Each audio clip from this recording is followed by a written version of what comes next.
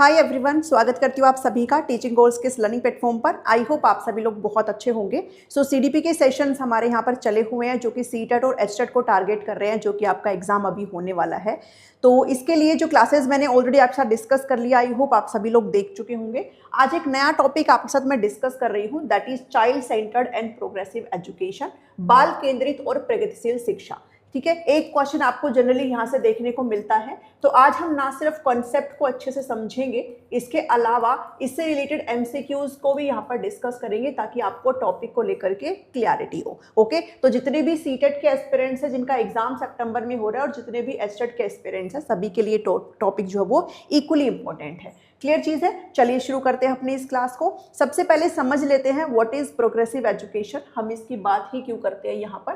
तो देखिए, teaching exams की जब भी बात आती है तो आपको यहाँ से क्वेश्चन देखने को मिलते हैं। और अगर बात करें व्हाट इज प्रोग्रेसिव एजुकेशन, प्रगतिशील शिक्षा, तो इसका क्या मतलब होता है कि पहले जो एजुकेशन होती थी वो एक तरीके से टीचर सेंटर्ड एजुकेशन थी। मतलब कि शिक्षक आधारित जो एजुकेशन होती थी वो होती थी, जिसमें सारा का सारा जो कंट्रोल होता था वो किसके हाथ में था, वो जो है वो टीचर के हाथ में था। ठीक है, तो शिक्षक केंद्रित थी पहले जो शिक्षा थी। मतलब शिक्षक आए, उन्होंने क्लासरूम में चीज़ों को समझाया, बच्चे को समझ में आया कि नहीं आया, 2-4 क्वेश्चन एंड देन वो चले जाते थे। मतलब ऐसा नहीं था कि बच्चों की नीड्स को भी यहाँ पर देखा जाए, बच्चे के अकॉर्डिंग चीज़ों को किया जाए, तो उस तरीके की बात नहीं होती थी।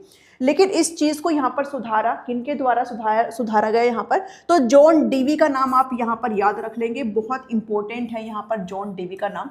ठीक है, इन्हें फादर ऑफ प्रोग्रेसिव एजुकेशन भी कहा जाता है, यानी कि जो प्रगतिशील शिक्षा है उनके जनक भी इनको यहाँ पर कहा जाता है। तो बहुत ही ज्यादा इंपॉर्टेंट है इनका नाम यहाँ पर। और ये जो टॉपिक है वो इतना कुछ डिटेल में भी आपको नहीं करना है, बस समझ, अपनी अंडरस्टैंडिंग यहाँ पर आप बनाते चलिए और आपके क्वेश्चन जो है वो इजिली सॉल्व हो जाते हैं। ठीक है, तो जब भी बात प्रगतिशील शिक्षा की हो जाएगी यहाँ पर, तो सबसे पहले एक नाम ध्यान में रखिएगा, जॉन डेवी, जो कि इनके जनक माने जाते हैं। सबसे पहले इन्होंने बात करी है इसके बारे में।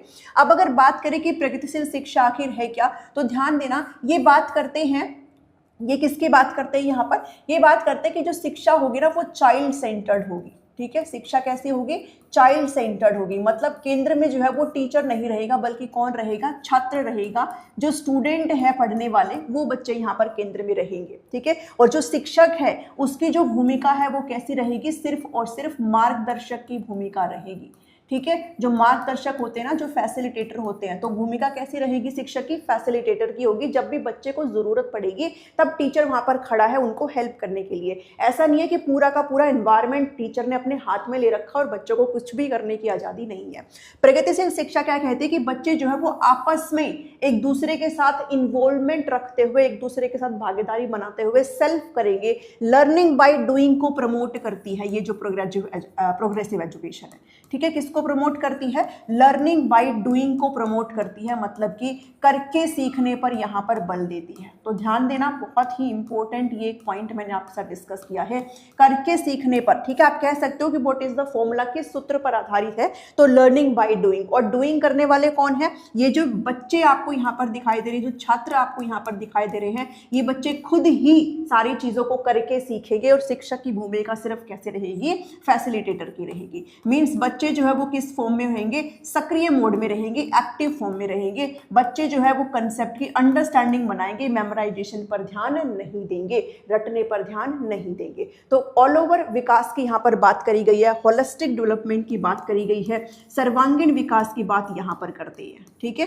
किसकी, सर्वांगीण विकास की यहाँ पर बात करते हैं। तो प्रोग्रेसिव एजुकेशन का मतलब क्या हो जाता है यहाँ पर, ये हो जाता है कि बच्चा खुद से करेगा, बच्चा खुद से एक्सप्लोर करेगा, अपने एक्सपीरियंस को हासिल करेगा, और कोई दिक्कत हो रही है तो ही टीचर वहां पर हेल्प करेंगे उनको। बाकी सारी की सारी चीजें बच्चे इन्वॉल्वमेंट के साथ करते हुए सीखेंगे, जो उनको आगे बेहतर एक अच्छा नागरिक बनने में भी हेल्प करेंगे और उनकी अंडरस्टैंडिंग भी बहुत अच्छी तरीके से होगी, मास्टरी वो यहाँ पर अपने कंसेप्ट पर हासिल कर पाएंगे। तो आई होप आपको इतनी चीजें समझ में आई होगी कि प्रोग्रेसिव एजुकेशन क्या है, चाइल्ड सेंटर्ड अप्रोच की बात करता है, यानी कि बालक केंद्रित शिक्षा की बात करता है, छात्र आधारित शिक्षा की बात करता है। ठीक है, ओवरऑल डेवलपमेंट पर बात करता है, सर्वांगीण विकास पर बात करता है। तो आई थिंक आपको इतनी चीजें समझ में आई होगी कि क्या है ये प्रोग्रेसिव एजुकेशन, प्रगतिशील शिक्षा है। पहले जहां पर चीजें सारी की सारी टीचर के ऊपर डिपेंड रहती थी, अब वो सारी चीजें नहीं होंगी। अब जो है सारी चीजें टीचर बच्चों के अकॉर्डिंग करेगी, बच्चों को क्या चाहिए, उनकी नीड क्या है, उसके अकॉर्डिंग काम करेगी।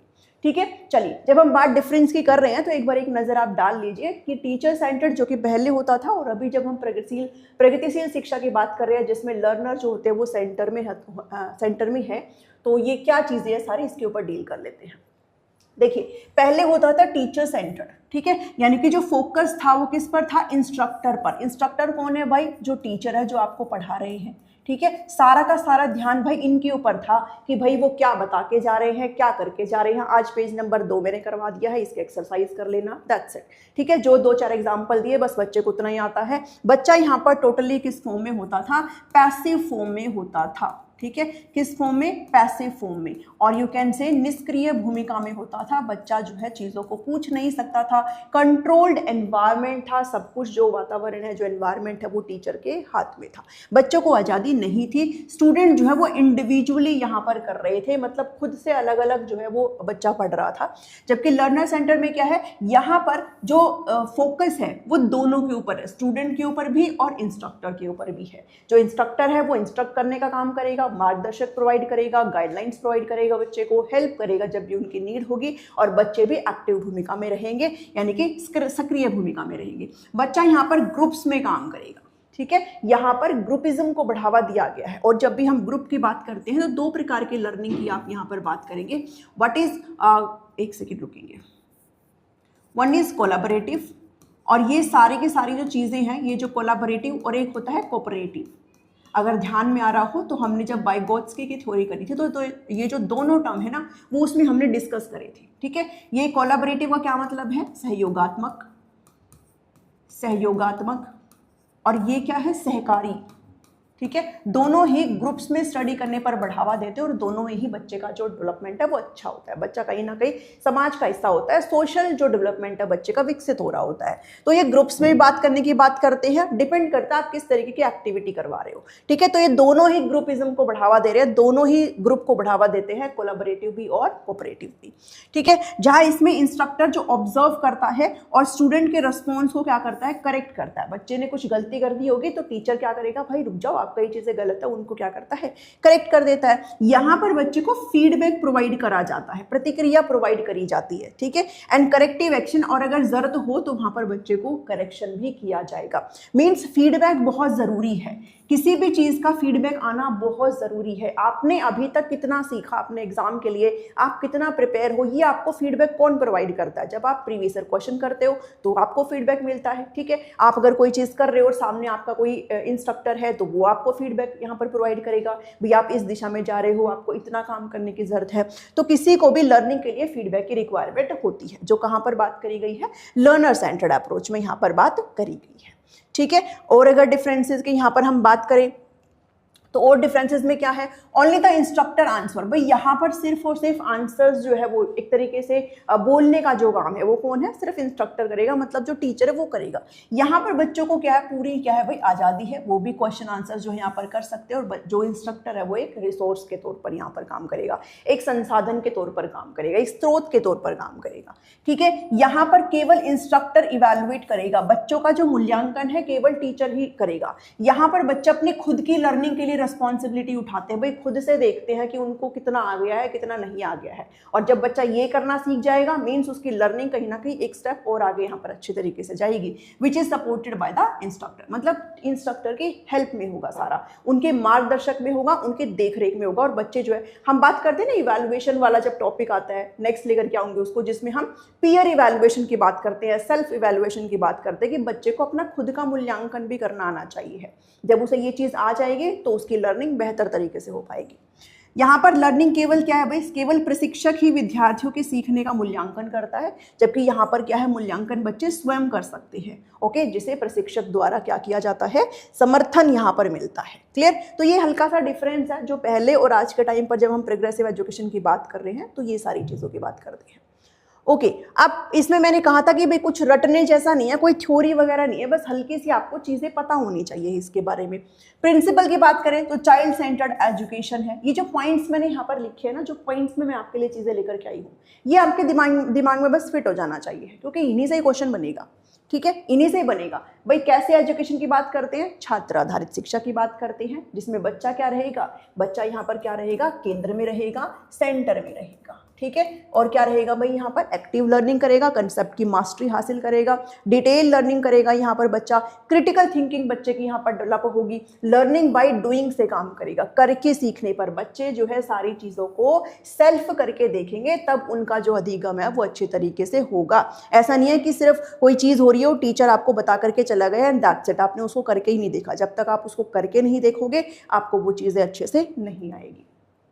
क्लियर चीज़ है। नेक्स्ट बात करें, एक्टिविटी बेस्ड लर्निंग की बात करते हैं। और हाल फिलहाल में अपने एजुकेशन में ये चीज़ें यहाँ पर एनईपी भी सपोर्ट करता है कि भाई आप बच्चों को एक्टिविटीज़ के थ्रू करवाइए। एक्टिविटीज़ में क्या होता है भाई, बच्चा खुद से क्या है करके सीखता है चीज़ों को, ठीक है। Teaching through creative and experimental activities, ऐसी ऐसी जो है गतिविधियाँ बच्चों से करवाइए जिसमें बच्चे अपने रचनात्मकता को दिखा सके, अपनी क्रिएटिविटी को दिखा सके। ऐसी ऐसी चीज़ें आप बच्चों से करवाओ ताकि उनकी क्रिएटिविटी बढ़े, ठीक है, उनकी अंडरस्टैंडिंग अच्छे लेवल तक जाए। डेमोक्रेटिक एटमॉस्फेयर यहाँ पर बच्चों को बात करी गई है, यानी कि एक तरीके से डेमोक्रेशन का क्या मतलब होता है भाई, जहाँ पर एक तरीके से सबका राज होता है, ठीक है। प्रजातंत्र की यहाँ पर बात करी गई है। और यहाँ पर प्रजा कौन है, मतलब यहाँ पर बच्चों को, जो भी चाइल्ड है, जो भी स्टूडेंट है, उनको यहाँ पर राइट दिए गए हैं, उनको अधिकार दिए गए हैं कि वो क्लासरूम में किसी भी तरीके से पार्टिसिपेट कर सकते हैं। उनको पूछने की आज़ादी है, उनको बोलने की आज़ादी है। उन्हें सिर्फ चुप नहीं बैठना है, डम रह करके नहीं बैठना है क्लासरूम में कि टीचर आया और बोल बाल के चला गया, बल्कि आप अपने क्वेश्चंस उनसे पूछ सकते हो, कोई डाउट हो, कोई चीज़ें हो, रिपीट करवाना हो, हर चीज़ आप जो है वहाँ पर बोल सकते हो। तो क्लासरूम को जो है वो एनकरेज किया जाता है फ्रीडम और कोऑपरेशन में, ठीक है। स्वतंत्रता और सहयोग का वातावरण यहाँ पर होना चाहिए, ऐसा प्रगतिशील शिक्षा यहाँ पर बात करती है। इंटीग्रेशन ऑफ सब्जेक्ट, हम जब बात करते हैं एनईपी एनसीएफ, इनमें हमने न जाने कितनी बार पढ़ा है कि जो इंटीग्रेशन का क्या मतलब होता है, एक सब्जेक्ट में मल्टीपल विषयों को आप कैसे लेकर के पढ़ा सकते हो, वो होता है इंटीग्रेशन, ठीक है। ऐसा नहीं है कि एक सब्जेक्ट आप सिंगल तरीके से, भाई होता है सारी चीज़ें, यानी कि एक विषय में आप मल्टीपल विषयों का ज्ञान जो है वो किस तरीके से दे सकते हैं, उसको बोला जाता है इंटीग्रेशन, ठीक है। तो ये ध्यान रखना, knowledge should be connected with real life, वास्तविक जीवन से संबंधित होनी चाहिए। एनसीएफ के अंदर भी हम इस चीज़ को डील करते हैं कि आपकी जो शिक्षा है वो क्लासरूम की बाउंड्री तक सीमित ना रहे, आप उस चीज़ को आउट ऑफ द बाउंड्री लेकर के जाए, अपने दैनिक जीवन से जोड़ करके उसको करके सीखेंगे तो आपकी अंडरस्टैंडिंग यहाँ पर बेहतर होगी। सोशल डेवलपमेंट की बात करते हैं, ठीक है। बच्चों का सोशल डेवलपमेंट किस तरीके से होगा, मैंने कहा यहाँ पर ये दो प्रकार की लर्निंग की बात करते हैं। एक होता है कोलैबोरेटिव, ठीक है, एक होता है कोलैबोरेटिव और एक होता है कोऑपरेटिव लर्निंग, ठीक है। ये दोनों ही यहाँ पर ग्रुप्स में होती है, समूह में होती है। और जब कोई भी चीज़ यहाँ पर समूह में होती है तो बच्चे का सोशलाइजेशन यहाँ पर हो रहा होता है, यानी कि सामाजिक गतिविधियों में बच्चा यहाँ पर भाग ले रहा होता है। और अगर बच्चा सामाजिक गतिविधियों में भाग ले रहा होता है तो वो एक रिस्पॉन्सिबल पर्सन जो है वो आगे जा करके बनता है। कहीं ना कहीं उसका जो दायित्व है उसका क्या है, as a citizenship, as a responsible citizen, उसको चीज़ें जो है वो समझ में आ जाती है, एक अच्छा और जिम्मेदार नागरिक बनने की और वो बच्चा अग्रसर होता है, ठीक है। तो सोशल डेवलपमेंट की भी यहाँ पर बात करी गई है। इसके अलावा प्रोग्रेसिव एजुकेशन कहती है भाई आप अगर इवैल्यूएशन कर रहे हो बच्चों का तो हम कैसा करेंगे evaluation, continuous and comprehensive evaluation. Continuous का क्या मतलब होता है, लगातार करना है आपको, ठीक है। टाइम टू टाइम बच्चे का इवैल्यूएशन करना है, उसके एग्जाम्स वगैरह आपने लेने हैं ताकि आपको पता चले बच्चा कहाँ पिछड़ रहा है, कितना उसके लर्निंग गैप्स है, कितना उसने कर लिया है, उसको किस हद तक और लर्निंग करने की ज़रूरत है। साथ में टीचर को भी पता चल जाएगा भाई मैंने अभी तक करवाया है तो बच्चे किस हाल में अभी खड़े हुए हैं। तो कॉन्टिन्यूस एजुकेशन की। इसके अलावा कहा है कॉम्प्रिहेंसिव, मतलब व्यापक तरीके से होना चाहिए। मीन्स आपका जो अकेडमिक पार्ट है, ठीक है, आपका जो एकेडमिक पार्ट है सिर्फ उसे ही इवैल्यूएट ना करा जाए, बल्कि जो आपका other than the academic part है, करिकुलर एंड को करिकुलर एक्टिविटी, सारी की सारी चीज़ों को यहाँ पर असेस करना होगा। सभी को ही देखना होगा आपके अंदर कितने वैल्यूज़ डेवलप हुए हैं, आप स्पोर्ट्स में कैसे हो, आप आर्ट्स में कैसे हो, ठीक है, मोरालिटी कितनी है, हर चीज़ में। सिर्फ और सिर्फ ये नहीं चेक करना कि आपके मैथ में कितने नंबर आए, साइंस में कितने नंबर आए, हर पार्ट में। इसलिए इसको ही बोला जाता है ऑल ओवर डेवलपमेंट, सर्वांगीण विकास, ठीक है। तो वो सारी चीज़ें यहाँ पर सत मूल्यांकन होना चाहिए और बच्चे के सभी विकास पक्षों को यहाँ पर शामिल करना चाहिए, जितने भी डोमेन्स की यहाँ पर बात करी गई है। और डोमेन्स में कौन कौन सा आ जाता है भाई, उसका कॉग्निटिव मतलब स्कूल में किस तरीके से कर रहा है, कितना दिमाग चल रहा है, साथ में उसका सोशल डेवलपमेंट, सोशलाइजेशन कितना अच्छी तरीके से हो रहा है, मोरल डेवलपमेंट की यहाँ बात करी गई है, इमोशनल डेवलपमेंट बच्चे का किस तरीके से हो रहा है, लैंग्वेज डेवलपमेंट बच्चे का किस तरीके से हो रहा है, ठीक है। तो जितने भी डोमेन्स है सभी को ही असेस करना होगा, ऐसी बात यहाँ पर की गई है। फ्रीडम प्रोवाइड करो बच्चे को और साथ में उसके क्रिएटिविटी देखो, कितना क्रिएटिविटी का मतलब क्या है, न्यू आइडियाज, ठीक है, न्यू आइडियाज, नए नए विचार आना। अब सबके अंदर नहीं होती ये चीज़, आपने देखा होगा आपके सराउंडिंग में ऐसे काफ़ी लोग होंगे और बहुत होते हैं ऐसे लोग जिनके अंदर नए नए विचार आते हैं, पता नहीं क्या से क्या वो लोग बना देते, इतना तो हम सोच भी नहीं सकते, ठीक है। तो नए नए विचार, इनोवेटिव आइडियाज, नवीनतम विचार, ये ऐसे कुछ शब्द है जो क्रिएटिविटी को डिफाइन करते हैं, ठीक है। तो ये क्या है भाई, इस चीज़ को फोस्टर किया जाना चाहिए बच्चों का के अंदर। आप एनकरेज करिए क्यूरियोसिटी को, इमेजिनेशन को, क्रिएटिविटी को, क्रिटिकल थिंकिंग को। क्रिटिकल थिंकिंग का मतलब क्या होता है, आलोचनात्मक चिंतन, मीन्स आपका खुद का लॉजिक है, आप कोई भी पॉइंट है उसको आप क्वेश्चन कर सकते हो। अगर आपके पास थिंकिंग पावर है, आपके अपने खुद के व्यू है, खुद के विचार है, तो आप उस चीज़ को क्वेश्चन कर सकते हो। अगर आपको लगता है वो चीज़ गलत है, नहीं भी गलत है, तो आप अपने पॉइंट्स वहाँ पर रख सकते हो, दैट इज़ क्रिटिकल थिंकिंग, ठीक है। तो वो सारी चीज़ों को यहाँ पर बढ़ावा देने की बात करी गई है, किसमें, प्रोग्रेसिव एजुकेशन में। चलिए, की फीचर्स की अगर बात करी जाए तो वही सारी चीज़ें हैं जस्ट मैंने जो आपके साथ अभी डिस्कस करी है। Education for society, education for society and democracy means समाज के लिए शिक्षा। भाई शिक्षा अगर आप ले रहे हो, अगर आप किसी को शिक्षित कर रहे हो, तो समाज के अंदर उसकी कोई अपनी जिम्मेदारियां होगी, ठीक है। साथ ही देश के लिए उसका अपना कोई जिम्मेदारी होगी, एक रिस्पॉन्सिबल सिटीजन वो बच्चा जो है वो यहाँ पर बन पाए। ये एक उद्देश्य होना चाहिए शिक्षा का, ना सिर्फ किताबों में सिमट करके रह जाए, बाकी बाहरी दुनिया में क्या हो रहा है उसको कोई पता ही ना हो, ठीक है। तो उसको हमें समाज का हिस्सा बनाना है, समाज के अंदर उसका क्या योगदान होना चाहिए, उसका क्या प्लेस है, लोग उसको किस तरीके से देखते हैं। डेमोक्रेसी है भाई, यहाँ पर हर तरीके से उसको अपने उसको अपना महत्व, उसको अपने राइट्स के बारे में पता होना चाहिए। और ये सभी किससे होगा भाई, इसी से ही तो होगा।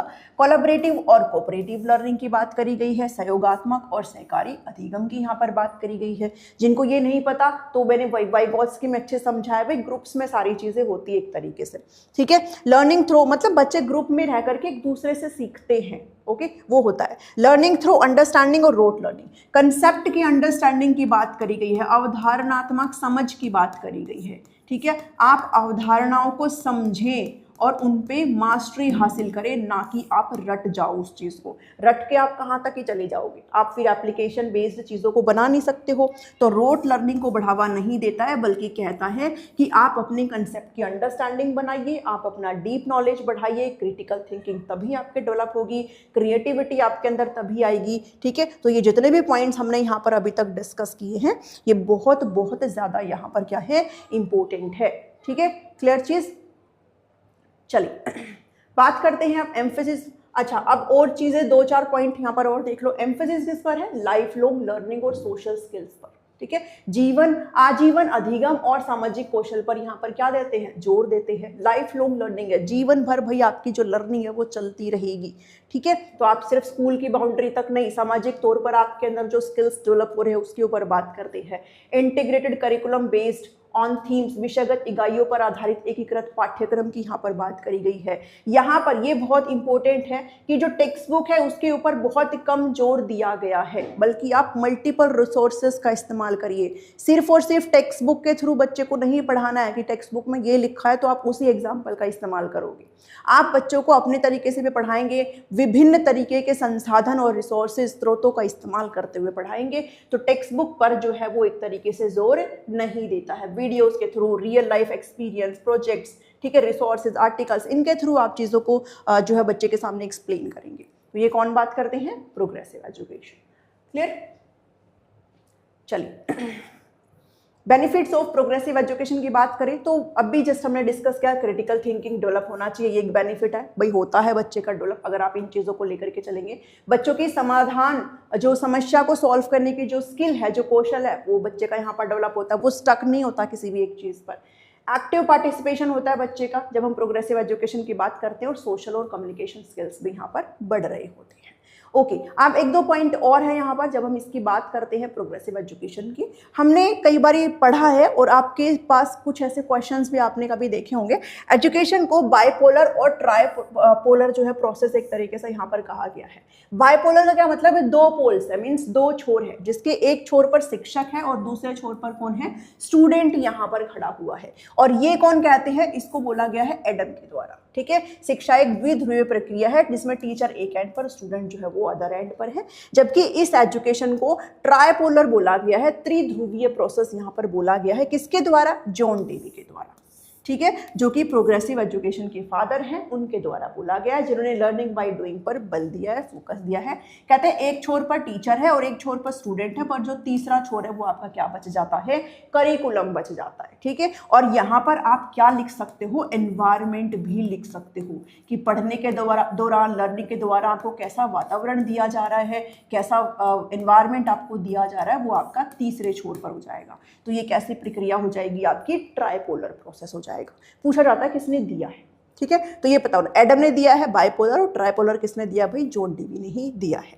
ओके, ये एक बहुत ही अच्छा क्वेश्चन है जो केवीएस और इवन DSSS में काफी हद तक पूछा जाता है, तो आप सभी पूछ सकते हैं।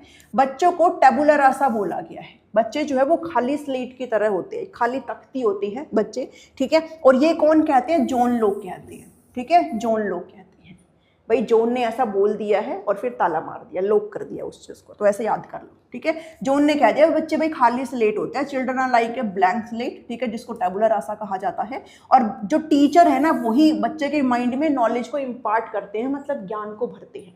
बच्चे जो वो खाली स्लेट है और जो शिक्षक है वही उनके दिमाग में ज्ञान को यहाँ पर भर रहे होते हैं। ऐसा कहना कि इनका है। ये टीचर सेंटर्ड एजुकेशन पर है, जिसकी हम बात नहीं करते हैं, जो हमारे लिए सही नहीं है। ठीक है, तो ये बस इतना ध्यान में रखो किसने बोला है ये, क्योंकि वो आपके लिए जरूरी है। फिर एक चीज और हम यहाँ पर पढ़ते हैं भाई, एक चीज और हम यहाँ पर पढ़ते हैं, फ्रेडरिक फ्रोबल की हम यहाँ पर बात करती हैं, फ्रेडरिक फ्रोबल की। ठीक है, इन्होंने कंसेप्ट दिया है किंडरगार्टन का। किंडरगार्टन का इन्होंने कंसेप्ट दिया। आपसे कई बार पूछ लेते हैं कि इन्होंने दिया है किंडरगार्टन का concept, and what is kindergarten. तो ये फ्रेडरिक फ्रोबल ने दिया है, ध्यान देना इस चीज को। और फ्रेडरिक फ्रोबल ने एक जो टीचिंग मेथड है, that is play way method, खेल आधारित तरीके से जब हम बच्चों को पढ़ाते हैं, उसको भी ये पॉपुलराइज करते हैं। ठीक है, लिखा भी होगा कहीं पर, ये रहा प्ले वे मेथड। ठीक है, इसको भी यहाँ पर पॉपुलराइज करने का काम किसका है, फ्रोबल का। ऑल्दो इनके जो जनक माने जाते हैं वो हेनरी कैल्डवेल कुक को माना जाता है। ठीक है, जो जनक है ना भाई इसकी प्ले वे मेथड की, वो हेनरी कैल्डवेल कुक है, लेकिन इसको और पॉपुलराइज करने का काम फ्रोबल के द्वारा किया गया था। एक अंडरस्टैंडिंग, मतलब एक अलग से एक चीज बता दी है। फ्रोबल इन्होंने भाई एक किंडरगार्टन का स्कूल खोला था जर्मनी में, और इन्होंने बच्चों को जो है क्या का बोला है भाई, किंडरगार्टन का मतलब क्या है, चिल्ड्रंस गार्डन। जैसे माली नहीं होता है अपनी नर्सरी में, वो सभी पौधों की देखरेख कर रहा होता है। ठीक है, जैसे जो माली होता है, यहाँ पर ये देखो, ये माली तो होगा, एक होता है माली जो गार्डनर होता है ना, तो माली की भूमिका यहाँ पर कौन निभा रहे हैं, टीचर निभा रहे हैं। कौन निभा रहे हैं, टीचर निभा रहे हैं। अब माली जो है उनके पास एक गार्डन होता है। ठीक है, एक गार्डन होता है, GARDEN, एक बगीचा होता है। इस बगीचे को इन्होंने क्या बोला है, किंडरगार्टन बोला है। ठीक है, किंडरगार्टन बोला है। अब इस गार्डन के अंदर क्या होते हैं, प्लांट्स होते हैं, छोटे छोटे क्या होते हैं, पौधे हैं, और ये छोटे छोटे पौधे ही हमारे कौन होते हैं, ये बच्चे होते हैं, स्टूडेंट्स होते हैं। ठीक है, तो इन्होंने क्या कहा है, किंडरगार्टन के कॉन्सेप्ट को ऐसे समझाया है कि जैसे गार्डन में जितने भी पौधे होते हैं छोटे छोटे, उनकी केयर कौन करता है, माली करता है। ऐसे ही जो स्कूल्स वगैरह होते हैं उसमें जो छोटे छोटे बच्चे हैं वो पौधों की तरह होते हैं, और जो टीचर्स हैं वो उनके गार्डनर की तरह होते हैं, जिनको फलने फूलने में क्या करते हैं, हेल्प करते हैं। तो किंडरगार्टन का कंसेप्ट आपको समझ में आया। बच्चे जो है छोटे प्लांट्स की तरह होते हैं, जिनको बहुत ही ज़्यादा केयर और फ्रीडम की यहाँ पर ज़रूरत होती है। क्लियर, बस इतना ध्यान में रखना किंडरगार्टन किसने दिया। तो रीट में भी बहुत बार पूछा गया है और एचटेट में आ चुका है ये सारी चीजें। इसके अलावा एक और है भाई यहाँ पर, मारिया मोंटेसरी। ठीक है, फीमेल है मारिया मोंटेसरी, ये भी बात करती है। इन्होंने भी लर्निंग बाय डूइंग पर फोकस किया है। ठीक है, इन्होंने कहा है कि हमारा जो हैंड है, हमारा जो हाथ है, वो हमारा एक चीफ मास्टर होता है। सबसे ज़्यादा मतलब हमारे लिए जो काम की चीज़ है वो हमारा हैंड है, बिकॉज इसी से ही हम लोग क्या करते हैं, प्रैक्टिस करते हैं, काम करते हैं। तो ये भी किन की बात करते हैं, ये भी क्या है भाई, चिल्ड्रन जो है वो लर्न बाय देमसेल्व्स। कहते हैं बच्चे या तो खुद सीखेंगे या फिर वो कभी नहीं सीखेंगे। आप उनको सिखा नहीं सकते हो, बच्चे खुद ही सीखेंगे जो चीज़ भी सीखेंगे, अदरवाइज फिर वो कभी नहीं सीखेंगे। ठीक है, ऐसा इनका मानना है। एंड विच इज़ ट्रू कि अगर आप खुद भी नहीं करोगे तो फिर आपको वो चीज़ें नहीं आ सकती। आप खुद से नहीं इसको पढ़ोगे, खुद से नहीं MCQs बनाओगे, तो मैं चाहे कितना ही बोल के यहाँ पर चले जाऊँ, आपको कुछ नहीं समझ में आने वाला। ठीक है, इटालियन डॉक्टर एजुकेशन है, ये कोई नहीं पूछेगा। Head is the chief teacher of a child, हाथ जो बच्चे का मुख्य शिक्षक है।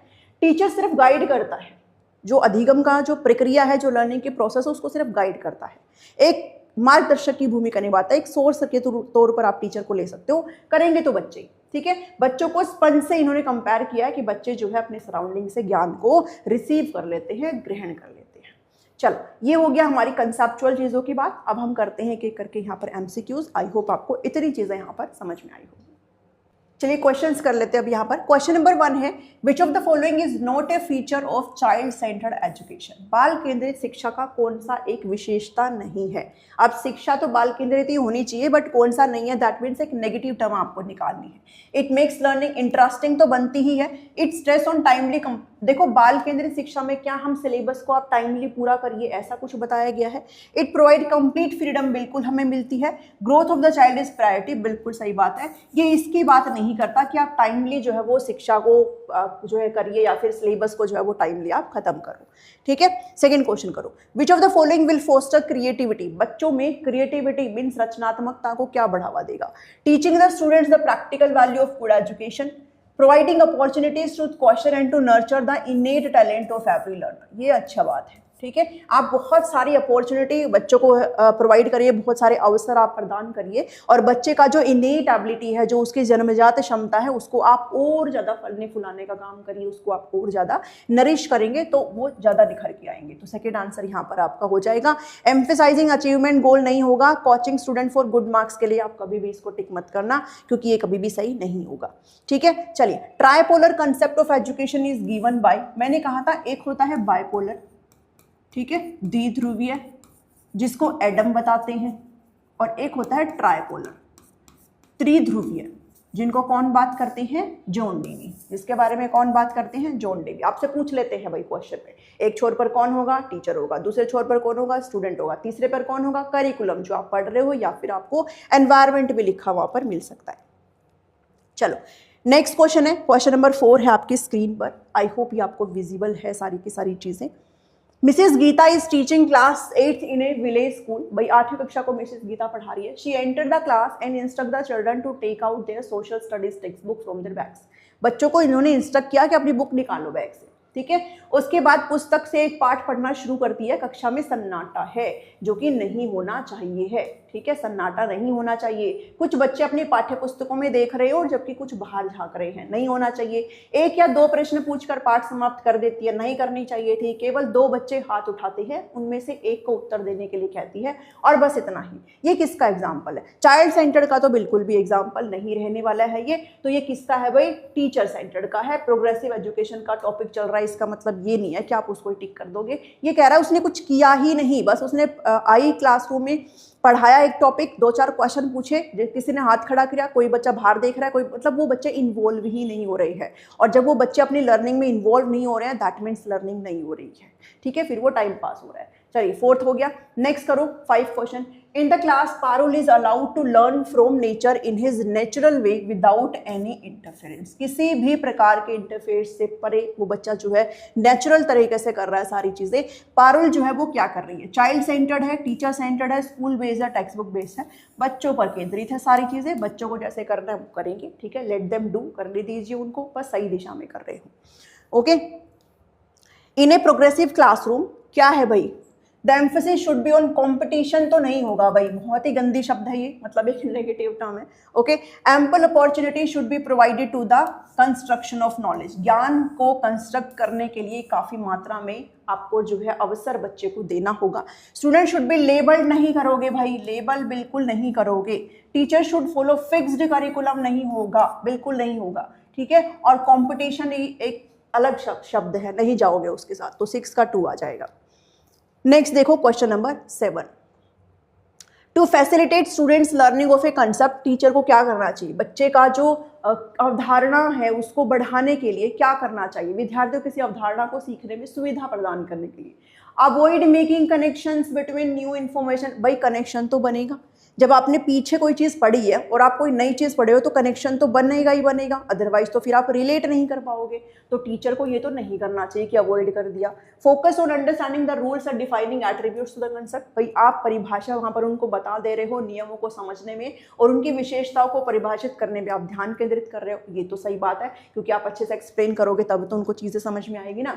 Mixed essential non essential information related to the content to be taught, नहीं भाई जरूरी भी और बिना जरूरी भी चीजें आप उनको पढ़ाएंगे, पढ़ाई जाने वाली विषय वस्तु संबंधित आवश्यक और अनावश्यक जानकारी को मिलाएं नहीं, ठीक है। सामग्री और सूचना को अत्यधिक अमूर्त जटिल रूप में नहीं प्रस्तुत करना है, सिंपल टू जटिल आप जा सकते हो, लेकिन एक्सट्रीमली आप एब्स्ट्रैक्ट और कॉम्प्लेक्स फॉर्म में नहीं कर सकते हो, फिर वो उसको समझ में नहीं आएगा। तो आंसर जाएगा ऑप्शन नंबर 2, ठीक है। बच्चों को आप अच्छी तरीके से सब समझाएंगे तो उसको अच्छी तरीके से समझ में भी आएगा और वो रिलेट भी करता हुआ चलेगा।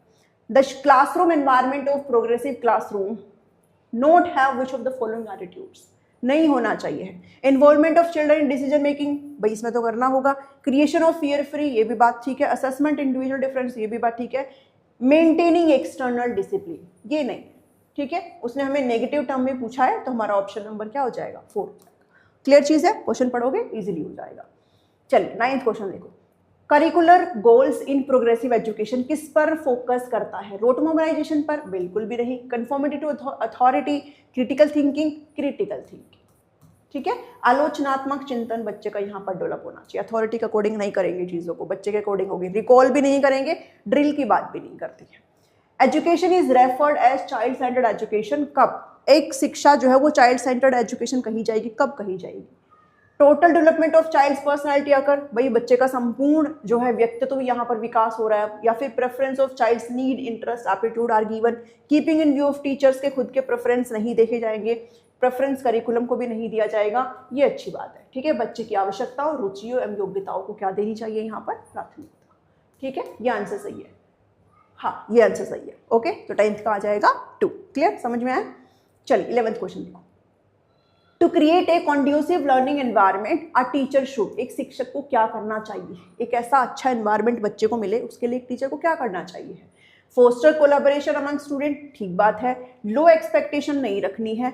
Avoid giving mastery orientation, feedback भी नहीं। Do not give any autonomy, autonomy तो आपको देनी पड़ेगी, ठीक है। तो फोस्टर कोलैबोरेशन, बच्चों में सहभागिता को बढ़ाइए आप, ठीक है। तो ये आपका करेक्ट आंसर है। और मुझे कमेंट करके बताना भाई आज की इस वीडियो में आपको आवाज़ ठीक आ रही है कि नहीं आ रही, क्लियरिटी बताना कैसी आ रही है, ठीक है। क्योंकि मैंने कुछ चेंज किया और बहुत महंगा पड़ा है मुझे ये चीज़, ठीक है। तो मुझे बताना कि आवाज़ कैसी है, okay. Which of the following characterise a progressive classroom, progressive classroom की क्या यहाँ पर विशेषता है। Availability of variety of material, हाँ सही बात है। Range of activity of task, ठीक है। Follow method of direct instructions, सिर्फ डायरेक्ट नहीं कर सकते आप, follow focus on memorisation, recall तो नहीं रहेगा। तो 4th देख लो भाई किस किस में है, वो आप हटा दो पहले से, बाद में फिर हम अलग ऑप्शन पे जाएंगे। 4th इसमें, चलो 4th इन सब में है, मीन्स आपका ऑप्शन नंबर 1 यहाँ पर करेक्ट आंसर, 1 और 2, ठीक है। मैंने कहा था ये भी नहीं, तो 1 और 2 यहाँ पर आपका सही आंसर है। विभिन्न प्रकार की सामग्रियों की उपलब्धता बिल्कुल हमें चाहिए बच्चों के अकॉर्डिंग, ठीक है। गतिविधियों और कार्यों की श्रेणी, ये भी बिल्कुल चाहिए। मल्टीपल टास्क बच्चे को यहाँ पर करवाने चाहिए, उन्हें एक्टिविटीज में इन्वॉल्वमेंट यहाँ पर उनकी रखनी होगी। चलो नेक्स्ट क्वेश्चन है, which of the following statement is not correct about a learner centred approach, बच्चे यहाँ पर सेंटर्ड में है, कौन सा यहाँ पर स्टेटमेंट सही नहीं है। It uses methods like experience and learning, problem solving, concept mapping, creative writing, okay. It takes into account learners capability, capacities and learning styles, it stress नहीं करता है भाई, ठीक है। विच ऑफ द फॉलोइंग, अच्छा नॉट करेक्ट पूछा है, ठीक है, ओके ओके जी। It emphasises transmitting knowledge to the learner by the teacher, नहीं देखो इस पर नहीं देगा, इसमें शिक्षक द्वारा विद्यार्थी तक ज्ञान संचारित करने पर जोर नहीं दिया जाता है, ठीक है, ये गलत है। बाकी सारी चीजें अच्छी चीज है, देखो एक्सपीरियंस एंड लर्निंग पर बात करता है, प्रॉब्लम सॉल्विंग पर, कंसेप्ट मैपिंग पर, क्रिएटिव राइटिंग, अच्छी चीज है सारी की सारी चीजें, ठीक है। अकाउंट लेता भाई, अपनी जवाबदेही है कि लर्नर की योग्यता, उनकी कैपेसिटी, उनकी लर्निंग स्टाइल्स पर भी यहाँ पर फोकस किया जाए, ये भी अच्छी बात है। स्ट्रेस करता है, ठीक है, किस पर स्ट्रेस करना, वो वाला स्ट्रेस नहीं है, मतलब ध्यान दिया जाता है, किस पर ध्यान दिया जाता है, importance of inquiry, observation and investigation, बहुत ही अच्छे शब्द है ये भी, ठीक है। योग्यताओं, क्षमता और सीखने की शैलियों को ध्यान में रखा जाता है। ओके, पूछताछ, अवलोकन, जांच के महत्व पर बल दिया जाता है, बिल्कुल दिया जाता है। शिक्षक द्वारा विद्यार्थी तक ज्ञान संचारित करने पर जोर दिया जाना, मीन्स जो टीचर है वो डायरेक्टली क्या कर रहे हैं, एक तरीके से बच्चों दिमाग में उनके भर दे रहे हैं वो सारी चीजें, ठीक है। बच्चा खुद से सीखेगा तो ही उसको अच्छे तरीके से समझ में आएगा। तो emphasis transmitting knowledge to the learner by the teacher, answer जाएगा आपका ऑप्शन नंबर 4। क्लियर। चलो 14th देखो, the cardinal principles of learner centred education are, क्या है, लर्निंग बाय डूइंग तो है, लर्निंग बाय लिव, ओके ये वाला है, ठीक है। सिर्फ डूइंग पर जाकर के मत इसमें क्लिक कर देना। लर्निंग बाय लिविंग मतलब उसको आप अपने रियल लाइफ जो है ना, जो वास्तविक जीवन है उससे भी कनेक्ट करते हुए सीखने पर बात करता है। और ये हम एनसीएफ में भी पढ़ते हैं, भाई आप अपने दैनिक जीवन में इन्वॉल्व करिए उस चीज़ को, जो आप सीख रहे हो ना उसको अपने दैनिक जीवन में लाइए, तब आप अच्छी तरीके से करोगे चीज़ों को। तो 1 and 2 आ जाएगा। In a child centred education learning takes place primarily, मुख्य रूप से कैसे होता है, थ्रू डायरेक्ट इंस्ट्रक्शंस तो नहीं जाओगे, टेक्स्ट बुक से भी नहीं होता, पैसिव लिसनिंग से भी नहीं होता, बल्कि क्या है, by exploration from diverse sources, बिल्कुल सही बात है। विविध स्रोतों से आप क्या करोगे, एक्सप्लोर करने की कोशिश करोगे, अन्वेषण करवाओगे, ठीक है। तो 15 का आंसर जाएगा 4। ओके, दैट्स इट, आज के सेशन में इतना ही है, ठीक है। आपको क्लास कैसी लगी मुझे लाइक करके कॉमेंट करके ज़रूर बताइएगा। ओके, कमेंट करके ज़रूर बताना भाई आपको कैसी क्लास लगी, साथ में आज का ऑडियो कैसा है ये मुझे ज़रूर बताना, ठीक है। चलो अब मैं आपसे मिलती हूँ नेक्स्ट क्लास में। सभी का जो क्लासेस का जो लिंक है वो एक प्लेलिस्ट के अंदर मैंने इनकी ऑलरेडी आपको ऐड कर दिया है, तो प्लेलिस्ट का लिंक वीडियो के डिस्क्रिप्शन में मिल जाएगा और आप डायरेक्टली प्लेलिस्ट सेक्शन में जाकर के विजिट कर सकते हो। अब मैं आपसे मिलती हूँ नेक्स्ट क्लास में। Till then take care, thank you, thanks for watching me.